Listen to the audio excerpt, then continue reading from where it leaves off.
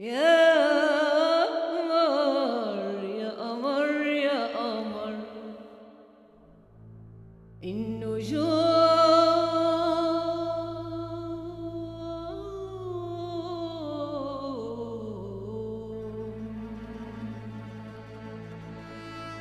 النجوم.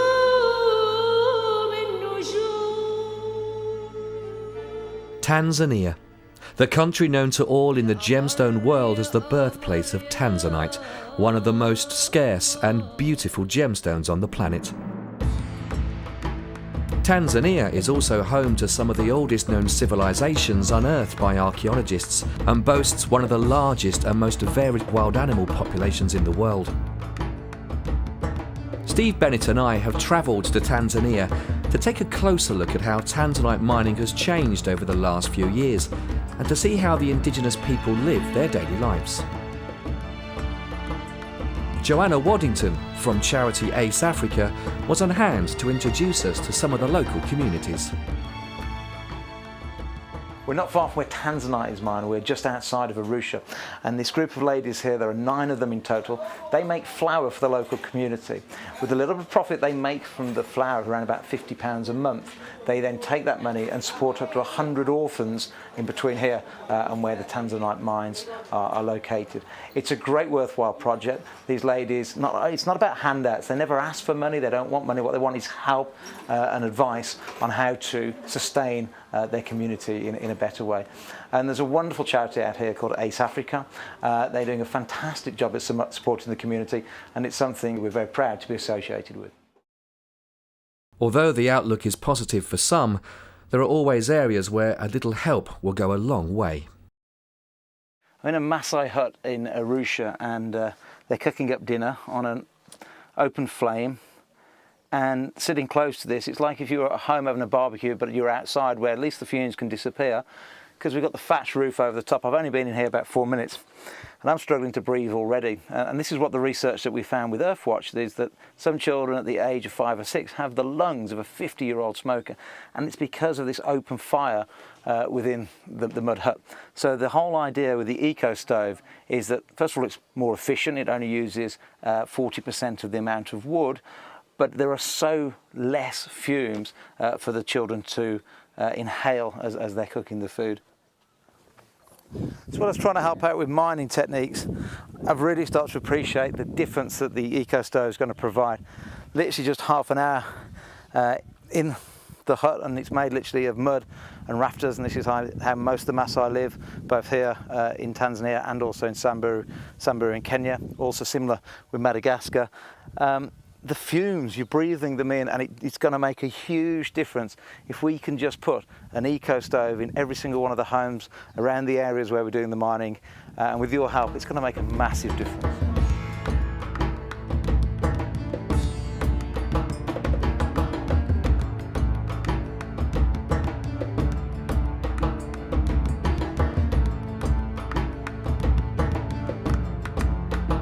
The main purpose of our visit was to gain an insight into how Tanzania's crown jewel is mined in the area. The government has divided the Tanzanite mining region into 4 blocks, called A, B, C and D. Blocks A, B and D are divided up between many artisanal and small mining companies, whereas Block C in its entirety is run by the world's largest exporter of Tanzanite, simply called Tanzanite 1. So after a good trek on a very bumpy, dusty road, with a bit of Mount Kilimanjaro in that direction, Steve's about an hour in that direction, building some more relationships. So I've come to Tanzanite 1 after about 5 different security checks to get through. And I'm overlooking now from a tower, D block, A, B, C and D block, when they were divided by the government. Tanzanite 1 owns C block, but we get most of ours from the small artisanal miners that we're overlooking right now. So whatever colour you've got, grade AA, triple or the quad, it's come out the ground around about 700 metres down. Great view, great gemstones. Tanzanite 1 is a very professionally run organisation, and I felt extremely privileged to be allowed access to their incredible operation. So we're going down to the block now. We're going to go about 700 metres down, and the driver's lived in Tanzania all his life and never been down Tanzanite 1. I never had the brakes tested either, by the sound of it. Excited? Yeah, yes. Very much excited. Excited? Yes, Good. very much excited. Okay, putting up now. This is C Block, owned by Tanzanite 1. So let's go and see. Fucking here. Let's go and see what happens.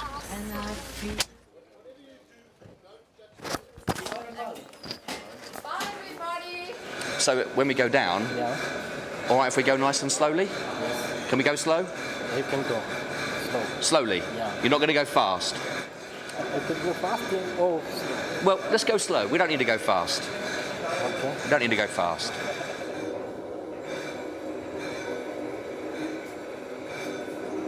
This is Anton, who's going to be one of the guides today taking us down. We've already heard a little bit about how far down, etc. Can you explain a little bit about regarding the different shafts and the sort of heights or depth we're going to? Okay. As you can see, this is just we are at main shaft. This is not JW shaft, but this is only a little bit of history that we have put on the board here. Now, basically, if you're going to come this way, Yep.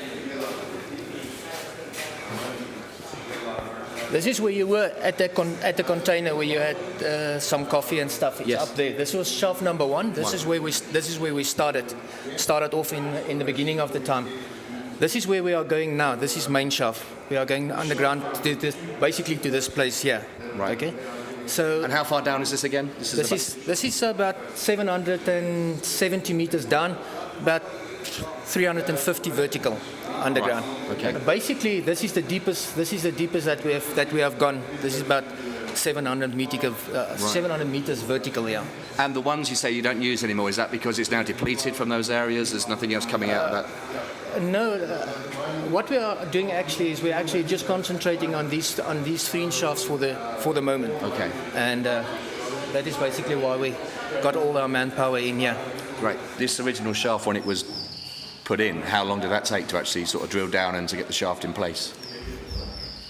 Main shaft about from 2004, I think, 2004, 2005. Okay, so Yeah. a good year of drilling down and... Yeah, well, up to now, we still continue. We only stopped here, but we have mined this basically on a stop-start basis. So we haven't mined this continuously every year. Right. Because as soon as we do eat production or something like that, everything goes on halt, and then we go, we put in some crosscuts, and then we explore what we have there. And then we continue with the shaft sinking again. So. I see, great. Do you think it will continue much further down? Yeah, we have to go down for up to about 1,000 meters. Oh, really? So Yeah. you've got about another 300 metres still to get down? Yeah. I'll come back when you've done that. The moment had finally arrived. I was about to descend 700 metres underground to see the source of this magnificent gemstone. I need to have a little chat with Steve about this because I'm not quite sure where in my contract it said getting a metal coffin, go down 700 metres at 25 miles an hour. I'm actually missing the studio right now. I'm even missing Lynn Jinks a little bit. No, not that much.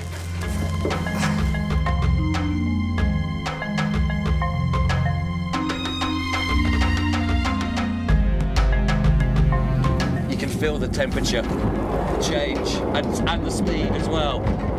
It's getting warmer as we get lower, but I'm not sure if that's just me and the adrenaline at the moment.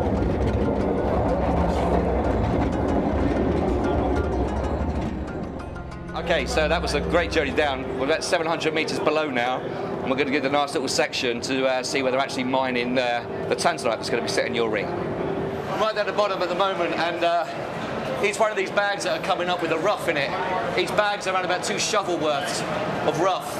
It's about 15 kilograms in each. Probably in about every 30 bags or so that are going past. Hopefully in one of them there's some Tanzanite for you. I can tell you, it is boiling down here, boiling.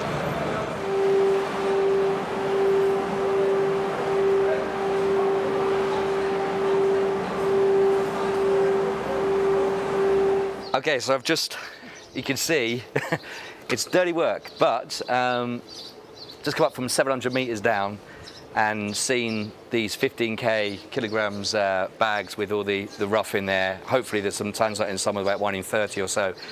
And seeing it, I have to say, you get a real understanding about the rarity of this and just the work that goes into it. And also the work's got to carry on now with the cutting and the polishing and before it's set into your jewellery. But as an experience, I have to say, Tanzanite mine in Tanzania, I'm looking at Mount Kilimanjaro, doesn't really get much better than that. Fantastic. While I was taking a look at large-scale mining in Tanzanite 1, Steve was experiencing the opposite, taking in the small artisanal plots in B block. This is the start of a brand new shaft here in Muralani, looking of course for Tanzanite. This is about a metre wide, about 1.5 metres deep, and it takes about 4 or 5 hours to get this far down with a shovel. Exhausting work, and I'll be quite honest, I haven't dug this one.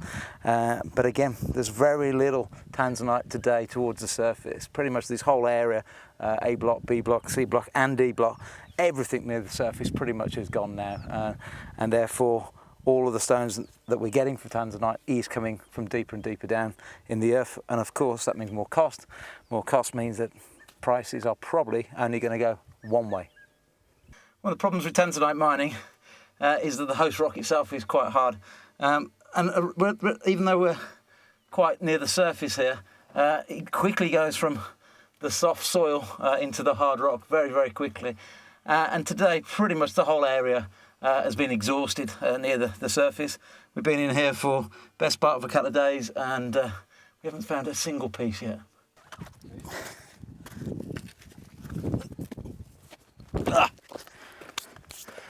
Well, Scott's over at Tanzanite 1. I've been in B block. This is where a lot of the artisanal miners are mining. They've all got official licenses. They're all doing an absolutely fantastic job to find you that gorgeous Tanzanite. But unfortunately today, they're finding less and less. They haven't got the technology that some of the larger miners have got, and therefore they really are struggling to find any decent quantity. The quality is beautiful for sure, but the quantity is definitely diminishing. So I'm going to go over now and see how Scott's getting on at Tanzanite 1.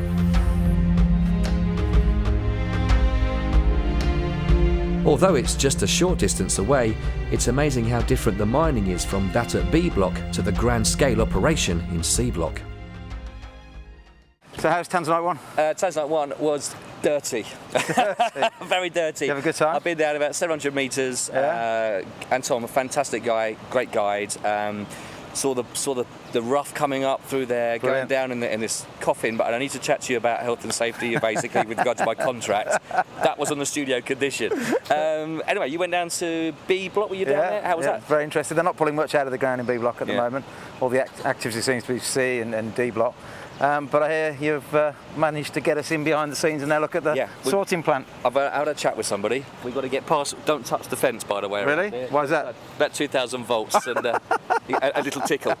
So we're going to go through there and we're going to go and follow the guy we got. He's going to take us through to go see the sorting. Brilliant. Fancy it? Let's do it. Let's go.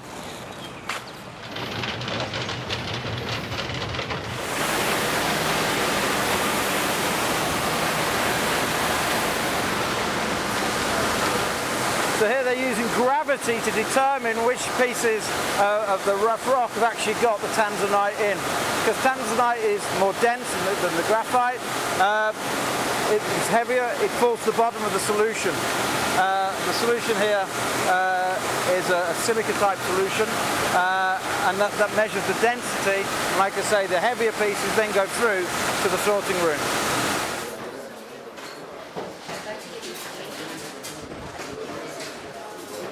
This is the final sorting process here at Tanzanite 1. You've seen all the heavy machinery outside. They've got the electronic way of measuring. They've got the old coffee bean technology. They've got the sorting by density.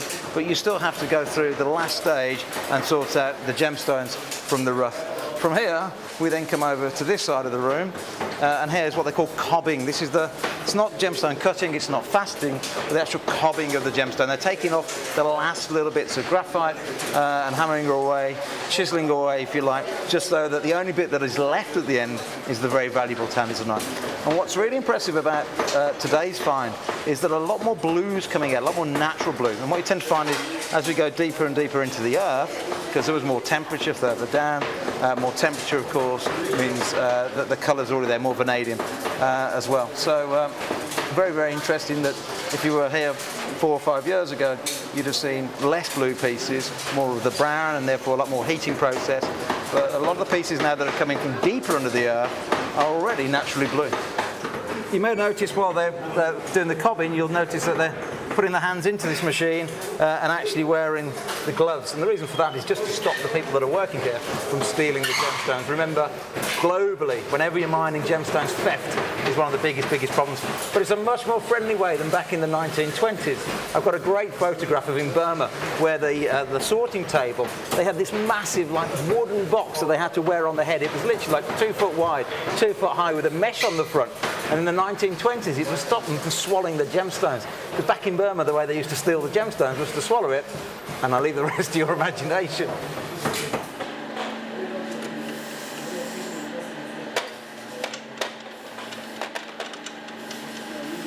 I'm here at a lapidary in Tanzania.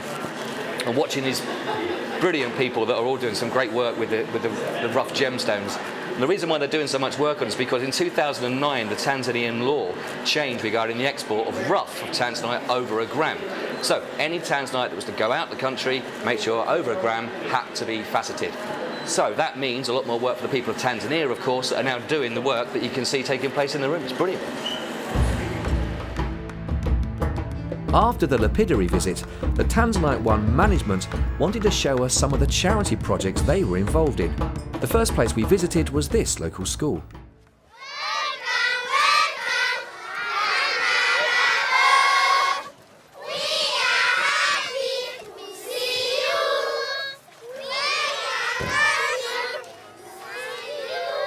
We are happy to see you too, Jumbo. At one of the schools here in Tanzania, and it is amazing to sort of witness the good that can come out of gemstone mining, genuine gemstones, not created or synthetics, but miners that depend upon money to come through from their mining, and projects like this have been funded from Tanzanite sales. It is an amazing experience, and these are amazing children. What a difference is made. Thank you very much for your singing, you're amazing. Thank you.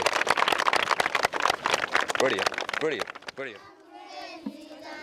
However, the children aren't always as fortunate as the ones at the school. The next place we visited was a local orphanage, and it was incredibly moving to see such happy, smiling children in such a desperate situation. Just like in Arusha, here in Merelani, there's a lot of orphans, unfortunately, because of the prevalence of AIDS and how widespread it is here in Africa. There are many orphans. And this orphanage is sponsored by Tanzanite One, so when you buy Tanzanite, there's a very good chance that in some small way you're helping out with this community. Let me introduce you to Rachel. Rachel was abandoned at the gates of the orphanage about 2 weeks ago. She's just abandoned, just left there. They woke up in the morning and she was sitting there on the doorstep. Here you go, Rachel. There you go. Big one for you. Big smile. There's only over 90 children here at the orphanage, and they sleep in the rooms all around the outside and the tent here. But they haven't raised enough funds to pay for the rent over the last couple of years, so they're building some new premises around the corner, and they're hoping they'll eventually to house up to 300 people. Yeah, it's quite incredible. Yeah, if it gets finished. If it gets finished. Yeah.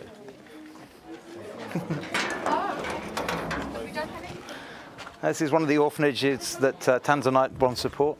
Over 90 children in there. Still needs a lot more work, a lot more help, but with your continued support, keep buying those Tanzanites, and let's hope that one day the accommodation will improve, and that you'll be playing a part of transforming some of these young children's lives. On the journey back from the orphanage, Steve and I discussed how different the children's lives were in Tanzania to the modern West. However, what you can't imagine is how much worse it would be if the community didn't have the income from the prosperous Tanzanite mines.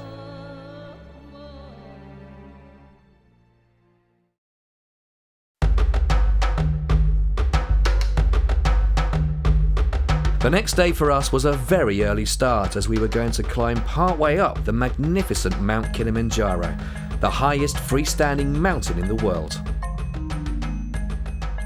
So it's incredible, isn't it? You've got Kilimanjaro in the background, Yeah. and then down into the valley, into Arusha and Merilani, where the actual Tanzanite's all formed. Yeah. And as they were explaining to us yesterday at the mine, it was this 100 million years ago, all this folding and folding and folding, and then you get that like ripple effect like the sea, Yeah. and it erodes. But underneath there, in that nice, calm, tranquil bit, all that lovely Tanzanite forming, All the magic happens. all the magic. Speaking of magic, this is great, isn't it? There's I tell you, it is probably the nicest mining location I think I've ever seen in the world for any gemstone. and the smell, it's really fresh. It's got pine, there's a eucalyptus as well, because the forestry that have come through as well, which is government owned as well, so people living off the land literally. It's been just a trip here so far has been amazing. So looking forward to getting a bit higher up there. Let's go. Okay.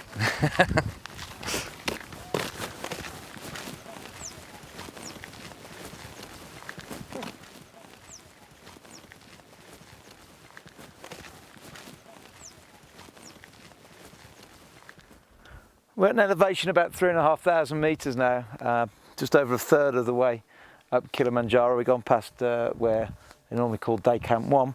And behind me is a beautiful view. The clouds have just cleared enough so we can see in the distance Arusha's just over to the right here, and Merilani, where the actual Tanzanite is discovered, just a little bit more to the left. And for me it's just absolutely fantastic, because we love our gemstones and we love the beauty of the gemstones, but here we've seen the beauty of the surroundings from where it comes. I'm around about 3,600 metres up Mount Kilimanjaro, and most of the terrain that we've been travelling over to get to here so far is of course made up of igneous rock. So when Mount Kilimanjaro exploded with the lava, a lot of it was flowing down the side of the surface, and as it cooled down became igneous rock. Every now and again though, there was these huge explosions that would take place that would come out of the main crater. And sometimes you get what this is, which is a pyroclastic bomb. And these were huge amounts of magma and lava that was jettisoned into the air and landing almost 20 miles away from where the main crater is of Mount Kilimanjaro. And I can tell you, I wouldn't have liked to have been here when this one landed. Impressive. As we ascended, Steve and I noticed a distinct difference in the terrain. In fact, those who climb to the top of Kilimanjaro will actually experience 5 different ecosystems: rainforest, heath, moorland, alpine desert and glacier. A couple of mountains here, we've got Mount Meru and of course the very impressive Kilimanjaro, which we're still trying to climb up. And when you think about this, it's very different to all the mountain ranges in the world, where you think about the Alps, think about the Andes, you think about Everest. All these are mountain ranges where the tectonic plates have come together and pushed up to form those ranges. Kilimanjaro is 100% the opposite. Here the tectonic plates have been pulling apart, and as they pull apart you think about all the magma in the mantle is now coming up through the crust and forming a massive volcano. This was 750,000 years ago when it really erupted, but it's still bubbling and smouldering along quite nicely today, and who knows, sometime in the next 10,000 years, 100,000 years, it might be active one more time. And it has a big influence on the gemstones around here. Because it's a pulling apart, we're seeing a lot of different types of gemstones appearing in this region than you'll find in those mountainous regions, as I say, where the plates are coming together.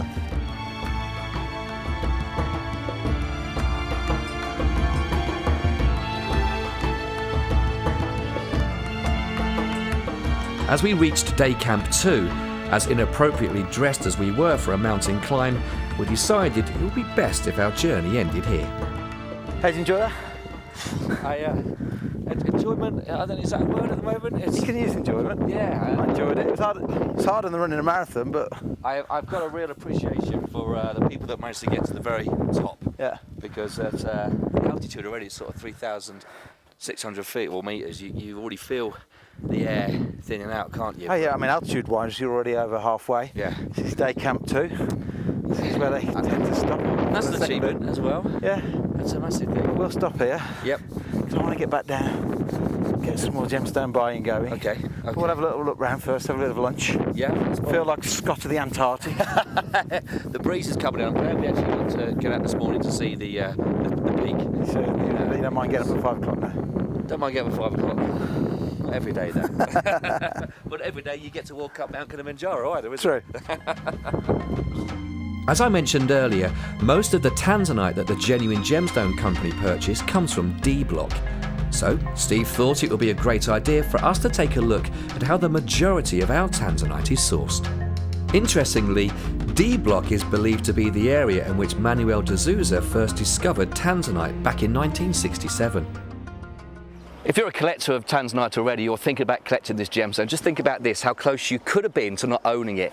Back in 1967, Manuel de Souza originally wanted to go over the hillside over there. That's where his planned destination was, to go looking, prospecting for more different gemstones. As it happens, the van driver that he actually hired decided he wasn't going to go any further. The roads were just too unbearable. He just couldn't get the truck down there. So he dropped him off here, nowhere near where he wanted to be.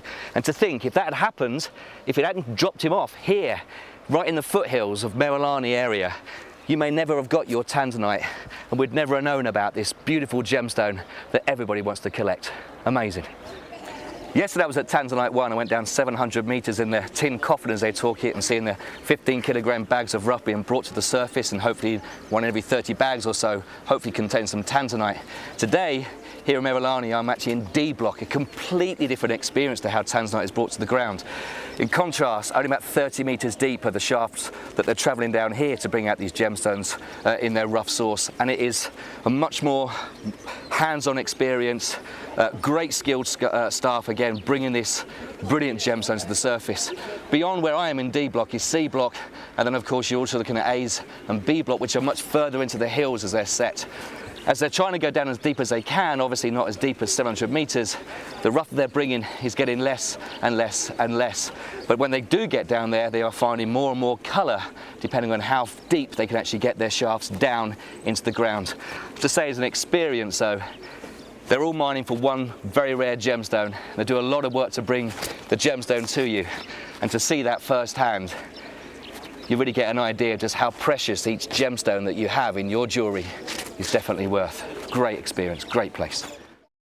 Whilst in D Block, we visited two very different but productive mines, the first of which left Steve dangling down a 30-metre vertical shaft. I'm here in D Block. It's actually owned by a guy called Money. His real name is Money, and he's got the licence to this area in D Block. His shaft here is some 30 metres deep, and it's a bit like Indiana Jones when you come down here. The ladder is absolutely vertical, and whilst 30 metres going up the side of your building at home to clean your windows might not sound a lot, when you're looking deep dark into a shaft and it is just pure black, it's quite a frightening sight. One of the great things about this shaft is the supply of oxygen is really good. Many places around the world, especially in Madagascar, what they actually do is fill dustbin liners, black dustbin liners full of oxygen, drop them down to the bottom of the pit, and the miners actually breathe in the oxygen from the black bin liners. But here in D Block, a lot of people think D Block is very unsophisticated, but this one in particular is very sophisticated. It's got proper air supply.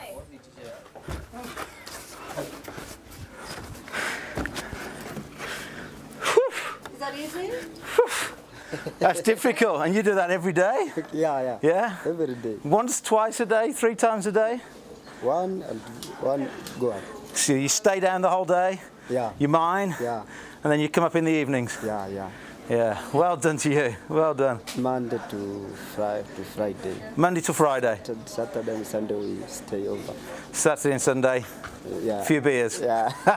Excellent, excellent. In the past, Money's mine has provided us with many premium-grade Tanzanites. However, one of the main problems faced by miners today is the rising costs of everything from the extraction itself to the dynamite. When Tanzanite was first discovered, obviously there was only going down several feet into the ground to extract the blue ziacite from the surface.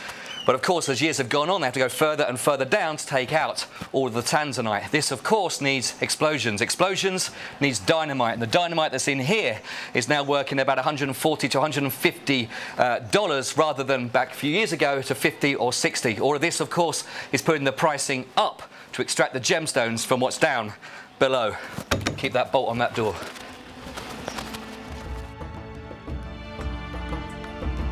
The next mine we visited was owned by a man called Rahim, who runs a medium-sized operation but has actually gone even deeper than Tanzanite 1. Whilst we were there, we bumped into one of the world's most respected mineral collectors and gem hunters, Bill Larson. Bill, when we started selling Tanzanite in 2004, we were just telling my customers what everybody in the trade had told us, that Tanzanite's going to run out in 1 generation. Absolutely. But that was because they were mining close to the surface and they took all the easy pickings, and then it went quite barren for a while. But now in D-Block, I mean, even the smaller family-run businesses, the artisans, even these guys are going really deep now. 120 feet, and then 120 feet, and 100 meters. So you're down 1,000 feet. You know, pretty impressive, and only those 3 bands produce. So it's a lot of dry ground in between. So you hit one seam, you get the Tanzanite, then you have a barren period while you're digging deeper. Another 120 meters, and then another 120 meters. Wow. And that's what I think they're all on now, on the 3rd band. Should we go and have a look? Let's go look. Let's do it. Hey. So we've come down a short way, Bill. What's this interjection here? We're at 50 meters, according to the gentleman here, Moni. And this is the first reef. You see up here the white dolomite and the graphite schist. And you come right over here, and there is Tanzanite going to be in here. But he said when you see these small little calcite veins, there's one here, the pockets aren't large enough. Right. So the Tanzanite's very small, commercial size. What size would we get here of Tanzanite? Hardly up to 2-3 grams more than that. That's so very small compared to. That's why they're down 800 meters here. Yeah. That's in the 3rd reef where they get the large pockets. Right. So it's an enormous expenditure of time, energy, and money. And you can feel the heat here already. Think about down there, 800 meters. We're at 50 meters. And we're both sweating. So this is a major undertaking. But they can come back here in the future, and they know right here they'll get Tanzanite, depending on the value. There's always more in every mine. It's just, is it profitable? Can you get it out at a cost effectiveness? And this is not at the moment. So if the price does go up, then they can come back and mine here. But they know this is for the future. For the future. So this is pretty amazing. It's very sophisticated. I mean, they've got the. They bring up the gangue minerals right here, and of course, once in a while, high grade, and that's a long way. It's 2,500 over feet. That run. It's incredible. And it's nice that the guys, in D-Block are even below Tanzanite 1 at the moment. That is correct. A little bit. Not a little much, bit, but they are. And are you headed for the 4th reef, or are you still in the 3rd reef? He's heading for the 3rd reef right now. He's heading for the 3rd reef. Heading for the 3rd reef. So it's even deeper than 2,500 feet. Yeah, it's deeper 800 than meters. Wow. And that's due, here in current Block D, it's more deeper. Because the down in Tanzania. Okay, there you are. It did the dip increases. You can see it. Of course, because it starts. Look, Stephen. You can see the dip increase. Look. If you look in here, the ladder, and all of a sudden it falls off. It's going above 45 degrees down. Pretty impressive. Because it's following that seam. In A block it comes down, doesn't it? B block, C block, D block. So you have got to go deeper here. Deeper and deeper. Understood. You've got it. Thank you very much. Well, let's carry on with the journey. Right on. This shaft is actually deeper than Tanzanite 1. It's in D block. It's owned by Rahim. And he says I'm one of the first Mzungus to actually be allowed to go down and see it. My gosh, it's pretty impressive. But you want to go down 800 meters and climb a step at 45 degrees. It's absolutely baking hot. And I tell you what, just recently I ran the marathon, and this is so much tougher. If you bought Tanzanite back in 2004, some of it wasn't that difficult to get out the ground, we'll be quite honest. They were quite close to the surface of the earth. But every time you invest in a beautiful Tanzanite today, the odds are it's come a lot deeper from the Earth's surface, a lot deeper. That makes it more expensive to get out, for sure, but it does mean that as we get deeper, there was more heat from Mother Nature, and therefore the colours are sometimes completely natural. More expensive, certainly rarer, and we just hope that on this new level that they've just got down to 800 metres, that we carry on finding Tanzanite. And like we keep saying, back in 2004 we did say it was a one-generation gemstone, and that was based on all of the geological and gemological resources that we had available at that time. Today my belief, there's probably 2 or 3 more generations, but watch what's going to happen to the price as the costs keep escalating.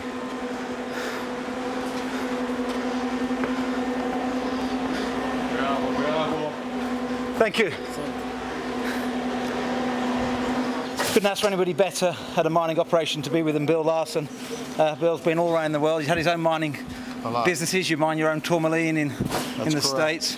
And you had a venture here in Tanzania. So I've enjoyed everything. I'm with the mine owner. And, yes. And we're talking about the simple things like this cable that breaks at least once a year, where it's unusable. It breaks all the time. We have to fix it. This cable costs $5,000. That's an annual expense. You can do that by the month. Wow, yeah. Almost $400 a month. Yeah. Just for a cable. Yeah. Cable is nothing compared to the petrol to run it, or this truck, or the tires for the truck, which wear out rather rapidly. You can't imagine what it costs to run a mine. Yeah. What do you think your run per month costs here? Do you know? Per month, I use almost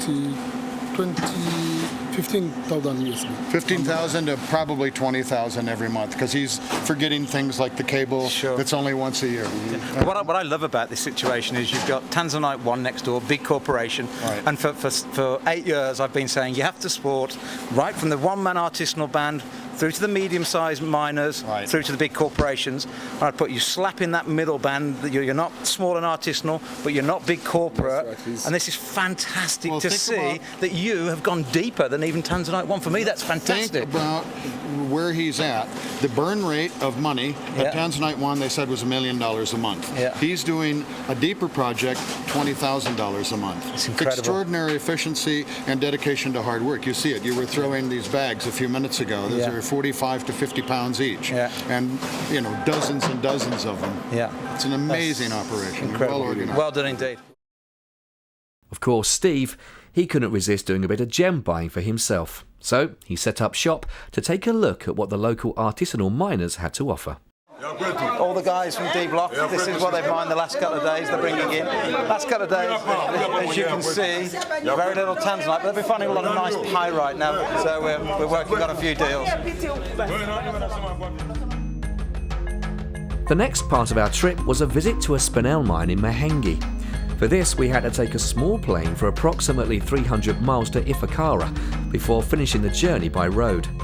Poor weather conditions meant the pilot was apprehensive about taking off, and we almost had to abandon our plans. Fortunately, the weather report forecast clear skies where we were headed, so we hopped on board. More of the bad weather seems to be coming from the east, so I think we'll actually be going away from the bad weather, so it should be okay. Darren's nodding, so that's good news. As we had such a small plane, the pilot set our altitude below the clouds for better visibility. This in turn revealed some of the most beautiful scenery I have ever witnessed.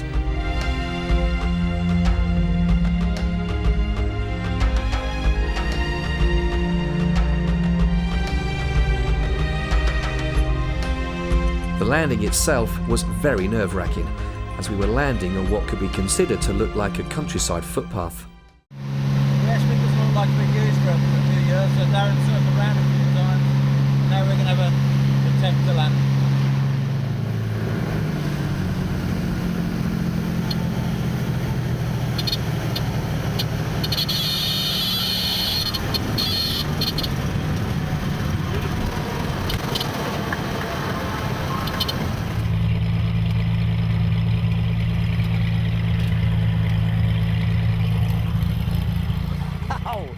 That was surely very, very exciting. We just landed on a grass strip. Darren, the pilot, was absolutely fantastic. This hasn't been landed on for probably, I don't know, 3-4 years. And he circled around 3 or 4 times. The look on his face was quite frightening.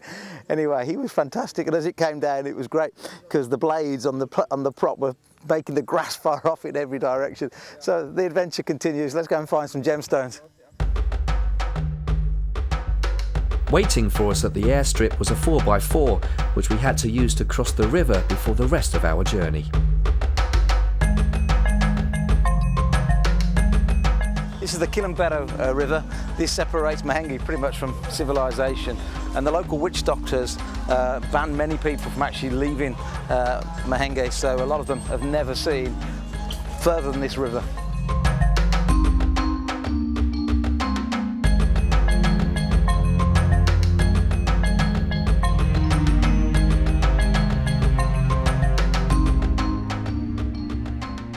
So far, this trip to get to the Mahenge mine is we flew out from Kilimanjaro to Dar es Salaam. Dar es Salaam, we then went to Ifakara, which is on a light aircraft. From a light aircraft strip that we got into the Jeep. The Jeep then has taken us on a ferry.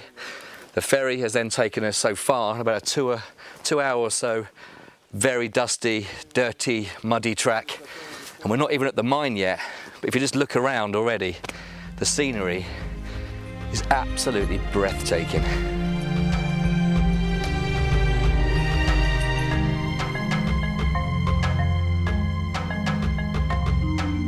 The mine is owned by Mark Saul, whose father John was the first geologist in Merilani after the discovery of Tanzanite. Mark's plot is at the top of a beautiful valley, where he operates both host rock and alluvial mining deposits. What's going on here then?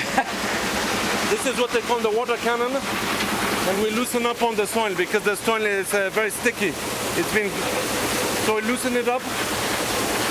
Then once it's loosened, it becomes like a soup or porridge. We take it to the tumbler down there. Right. It separates the different sizes, big sizes from the small sizes. And from there it goes down to the washing plant down there, known as a jig. Okay. And the jig is like a gravity separator. It collects all the heaviest stones. Right. So when we're done at the end of the day, we can go and look through the jig, see if we can find any stones. So you don't know what you've got at the end until the end of the day when you've actually washed it all off, and then you can see the rough from there. And this is soil from a new area, which we've never tried before, so could be nothing, could be a good surprise, you never know. We turn up on the right day then? Yeah? The day of surprises. Well, Scott is learning about alluvial plant washing down there with Mark. Nick's kindly, I think kindly is the word, invite me to the very top to see where the Spinel starts. A shaft they started mining 10 years ago. They had some good finds then. It's been pretty barren for the last couple of years. But we're getting just to the top now, and it's like running a marathon. A bit dirtier though.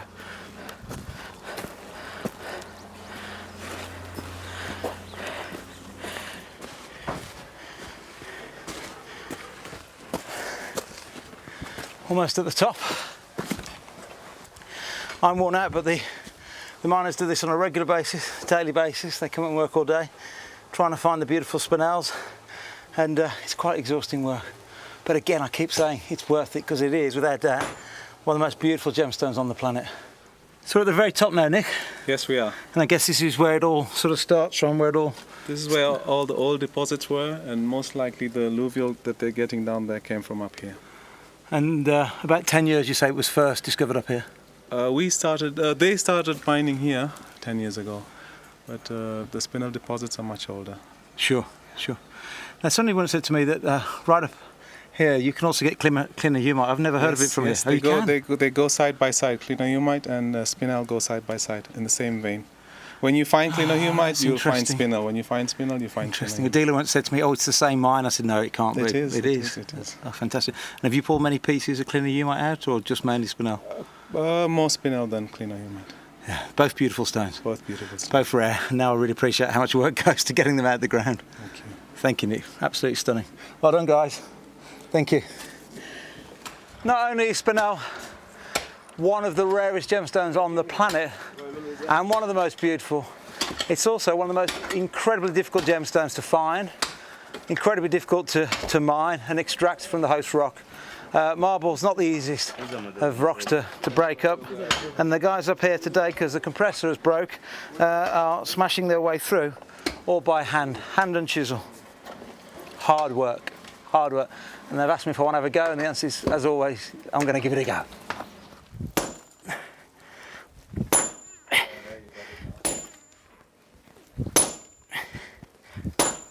Let the experts in. I bet he does it in one swing. Oh. Straight away.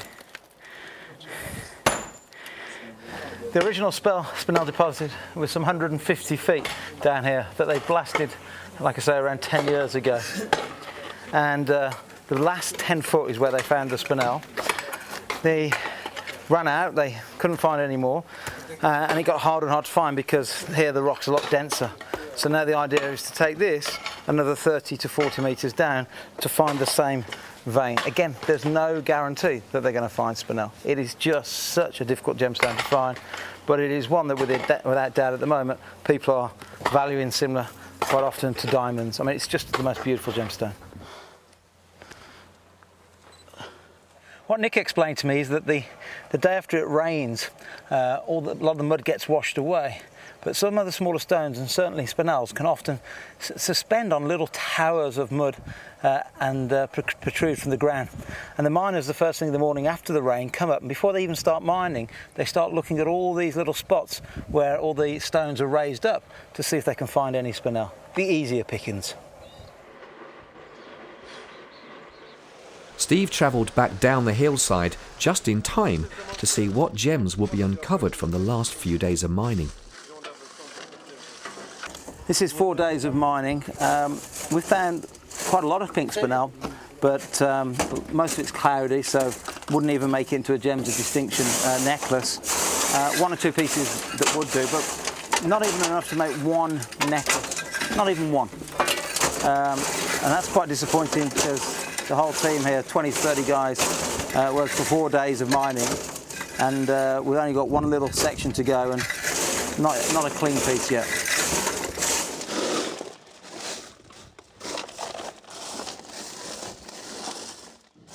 So Nick, the last one piece that you might be able to cut and facet, I think if you come in here, might get maybe a 1 or 2 carat piece out of this. That's true. That sort of makes it worthwhile. It does. Well, we kind of hope to get better than this, well, obviously, but it does make it worthwhile, yes. It's a sort of good indication that there may be more gems that we just haven't found yet. That's true. That's what keeps the hope going, isn't it? That's right. That's the difference, the hope.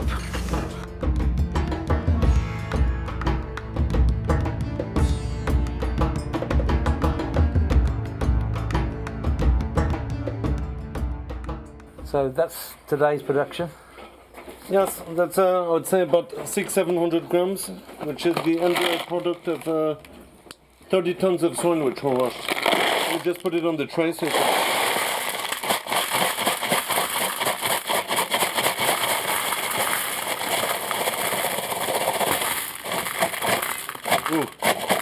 big piece blocking the rest. This is from about 30 tons of soil that we washed, and we got a few fairly decent pieces. A couple of those are gem quality. Yes, yeah. So it's not a bad day, but in our business all you need is one great piece and it pays for everything for the next 6 months. Because there's those spinels that when you hit those big ones, they can be several thousand per piece. There was one piece which was produced about 5 years ago, which nobody knows the real and official figures, but I estimate it was sold for more than $30 million, one stone. One stone? One big stone, yeah. 30 million? Yep. So that's what we're looking for. That's what we're looking for too. That's what you're looking for, Nick. Come on, Nick, get back out there. Before we left Mahenge, Joanna from Ace Africa took us to see several local communities facing similar problems to those in Arusha.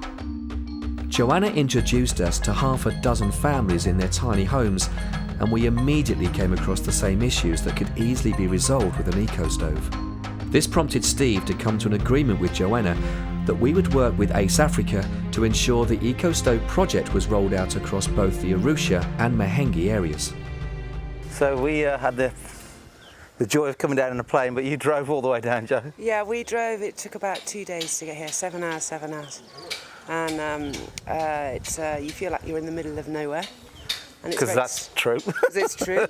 And it's exciting to be here because it's a new area. It's very different from the area where we work in Arusha. Yeah. Similar problems? Similar problems. There's very high HIV. The issue of food is very different. There's good rainfall here, the soil is good, so food is not a massive problem.